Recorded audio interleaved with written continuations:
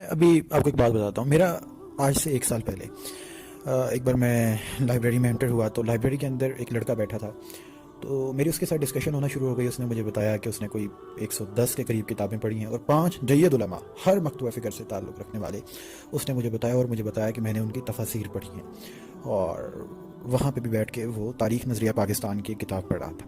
تو میں kind of inspire بہت زیادہ اس سے انسپائر ہوا اور میں نے اس کے ساتھ ایک لمبی ڈسکشن بھی کی کیونکہ میرا بھی مزاج کچھ ایسا تھا. تو مجھے پہلی بار اپنے شہر میں اپنے جیسا ایک بندہ ملا کہ جی یہ بندہ بھی کتابی بندہ ہے اور اس نے کتابیں پڑھی ہیں کافی زیادہ.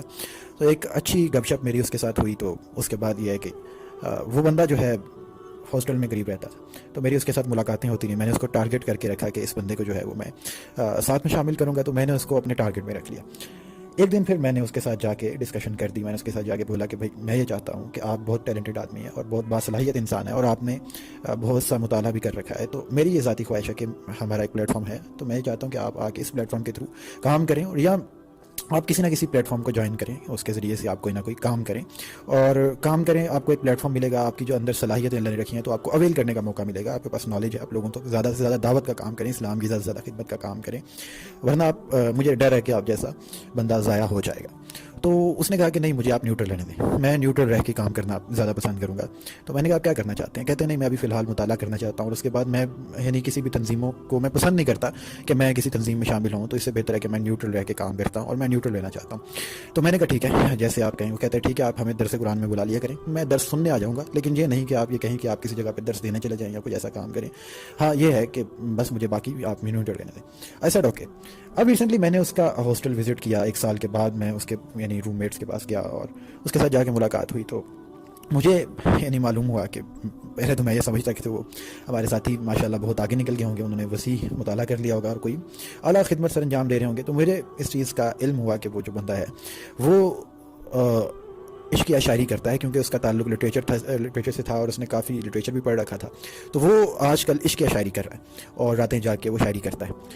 اب یہ حالت ہے اس بندے کی جس نے بہت سی کتابیں پڑھ رکھی ہیں, جس نے بہت سے جید علماء کی تفاسیر پڑھ رکی ہیں, جو ایک وسیع المطالعہ شخص ہے اور جو کہ ایک عام نوجوان نہیں ہے.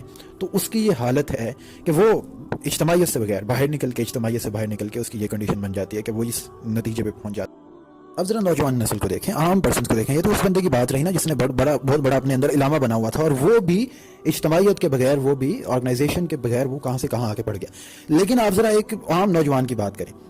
وہ حق کو حق سمجھتے ہیں, یعنی وہ حق کو حق سمجھتے ہیں لیکن حق کو حق سمجھتے ہوئے بھی وہ حق کا ساتھ نہیں دیتے, اس کے لیے کھڑے نہیں ہوتے کیونکہ اس کے لیے چاہت نہیں ہے اس کے اندر.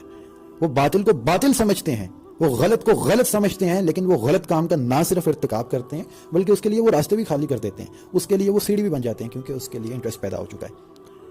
تو یہ کیوں ہو رہا ہے؟ اس کی بیسک وجہ کیا ہے؟ آپ دیکھیں ذرا یہاں پہ ان کا ایک یعنی پوری کی پوری لائف ان کی دیکھیں کیسے گزرتی ہے. حق وہ وہاں پہ وہی بندہ وہ جا کے وہ بڑا تیار شیار ہو کے جمعے کی نماز پڑھتا ہے, ٹھیک ہے, وہ پرفیوم لگاتا ہے, اس کو بڑی ٹینشن ہوتی ہے. رمضان آئے وہ روزے رکھتا ہے, وہ سر پہ ٹوپی پہن لیتا ہے, عیدوں کی نمازیں پڑھتا ہے, لیکن پڑھ کے بعد عید کی نماز پڑھنے کے بعد وہ جا کے پوری کی پوری عید کے دن وہ سارا دن وہ کیا کرتا ہے, وہ سب کے سامنے وہ جا کے لڑکیوں کے رکشے کے پیچھے سیٹیاں مارتا ہے. وہ 14 اگست مناتا ہے اور اس کے بعد جا کے انہوں نے باجے پکڑ کے وہ رکشوں کے پیچھے لگائے ہوتے ہیں, یہ سارے کام کر رہا ہوتا ہے. وہ نماز پڑھتا ہے اور اس کے بعد نکلنے کے وہ چاہے رات کو نماز کے وقت آنسو بہا رہا ہو, رات کو تراویح کے لیے ساری رات کھڑا رہے, لیکن وہ وہی بندہ سیم پرسن جا کے اگلے دن یونیورسٹی میں بیٹھ کے اپنی گندی گیدرنگ میں بیٹھ کے وہاں پہ جا کے سگریٹس پی رہا ہے, اور وہی بندہ رات کو ساری لڑکیوں سے باتیں بھی کر رہا ہے, وہی بندہ ڈرنک بھی کر رہا ہے, وہی بندہ جو ہے وہ حرام ہر قسم کا حرام کام وہ کر رہا ہے. تو اس کی بیسک ریزن کیا ہے, یہ کیوں ایسا ہو رہا ہے؟ اس کی وجہ یہ ہے کہ دیکھیں آپ نے دین کو ایک شعبہ بنا دیا, ایک چھوٹی سی ایک پارٹ دے دیا اپنے لائف کے اندر, اور مین ایشو اس کے اندر یہ ہے کہ وہ بندے کی گیدرنگ, وہ بندے کی صبح و شام, اس کی زندگی جو ایمز ہیں وہ کیوں ڈیفرنٹ ہیں, اس کی تھاٹس کیوں ڈیفرنٹ ہیں, اس کے سارا کا سارا کام پوری کی پوری زندگی اس سے باہر کیوں ہے, لمیٹیشن سے باہر کیوں ہے؟ اس وجہ سے کیونکہ اس کی گیدرنگز ہی ویسی ہیں. اس کے صبح و شام ان لوگوں کے ساتھ گزرتے ہیں جن کی ساری زندگی ایسی ہے, اور وہ بندہ اس کے اوپر نہ بھی کرنا چاہے تو اس کے اوپر مجبور ہو جاتا ہے, اس کو کرنا پڑتا ہے. ادروائز وہ انفیریورٹی کمپلیکس فیل کرتا ہے کہ یار یہ سارے کر رہے ہیں, میں کیوں نہیں کر رہا, یا میں سائڈ پہ کیوں رہ گیا, یا میں تنہا کیوں رہ گیا ہوں. دیکھیں یہ آرگنائزیشن ہی ہوتی ہے, یہ اچھی آپ جوائن کریں یا بری جوائن کریں، یہ آپ کے اوپر ڈیپینڈ کرتا ہے. یہ آرگنائزیشن ہی ہوتی ہے، یہ تنظیم ہی ہوتی ہے جو کہ آپ کے 15-16 فرینڈز ہوتے ہیں، آپ کے 4-5 فرینڈز ہوتے ہیں. یہ آپ نے ایک ان آفیشیل آرگنائزیشن ہی بنائی ہوتی ہے جو آپ کی گیدرنگ ہوتی ہے، کیونکہ ان کے درمیان آپ کا سارا دن گزرنا ہوتا ہے. اب جو ایکٹیویٹیز ان کی ہوں گی، جو خیالات ان کے ہوں گے، جس طرف اس نے لگانا ہے آپ نے لگ جانا ہے. آپ نے دیکھنا ہے کہ یار یہ سب لوگ جو ہیں یہ اپنا کیریئر بنانے پہ لگے ہونے ہیں، آپ نے بھی لگ جانا ہے. آپ نے دیکھنا ہے یار یہ سارے جو لڑکے ہیں یہ لڑکیوں کے ساتھ لگے ہوئے ہیں، آپ نے لگ جانا ہے. آپ نے دیکھنا ہے کہ ان سب کے آئیڈیلز جو ہیں وہ سدھو موسے والا ہے، آپ نے بنا لینا ہے.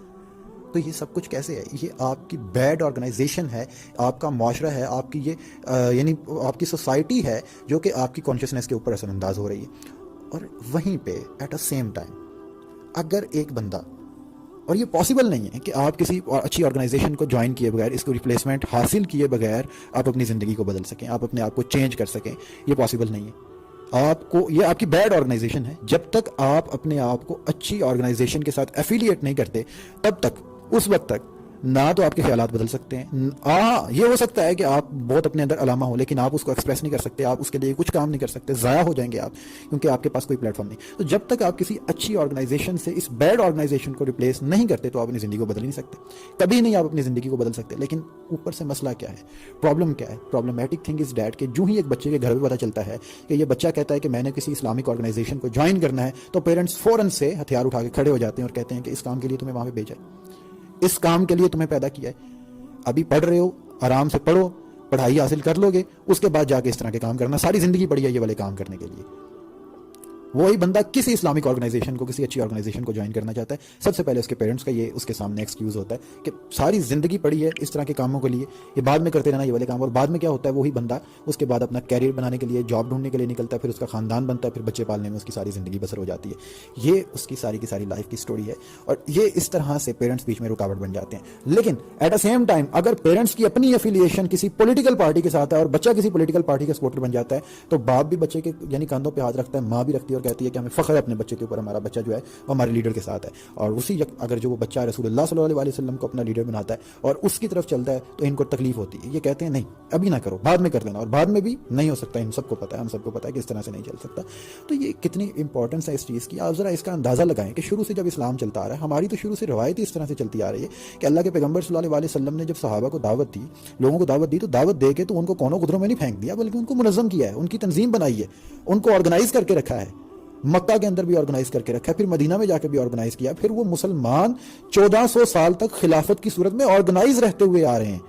ان کے لیے تو یہ چیز جائز ہی نہیں ہے کہ وہ دارالاسلام سے باہر نکل جائیں، یعنی مسلمانوں کی اس آرگنائزیشن سے باہر نکل جائیں، وہ امیر کی اطاعت سے باہر نکل جائیں. اس کے لیے تو یہ جائز ہی نہیں ہے. ان کی تو نمازیں بھی قبول نہیں ہوتی اگر وہ ان کے لیے یعنی اویلیبلٹی ہو مسجد ہو تو وہ یعنی اجتماعی نماز نہ پڑھیں تو وہ تو ان کو یعنی یہ دیکھیں کہ ہمارے ہاں پہ تو نماز کا سسٹم بھی اجتماعی ہے. ہمارے ہاں پہ اس چیز کا پیغام دینے کے لیے کہ آپ ایک کلیکٹیو پاور بن کے رہو، ایک آرگنائز ہو کے رہو، یہ کتنا زیادہ ایک امپورٹنٹ چیز ہے. لیکن ہمارے ہاں پہ اس چیز کو بہت زیادہ ڈس آن کیا جاتا ہے اور ایک نئی نئی چیزیں اس کے بارے میں کہی جاتی ہیں، اور جو ماشاءاللہ سے کچھ حضرات علامہ بن جاتے ہیں. اور اس کا ہی نتیجہ جو ہم دیکھ رہے ہیں، یہ اسی کا نتیجہ ہے جو کہ ہم دیکھ رہے ہیں کہ وہ جب ان کو لڑکوں کو کوئی ڈائریکشن نہیں ملے گی، ان کو کوئی پلیٹ فارم نہیں ملے گا، تو جو شعور والے ہیں وہ بھی ضائع ہو جائیں گے، اور جن کے اندر شعور ہے ہی نہیں ہے وہ جو کارنامے سر انجام دے رہے ہیں اور دیتے چلے جائیں گے وہ ہمارے سامنے.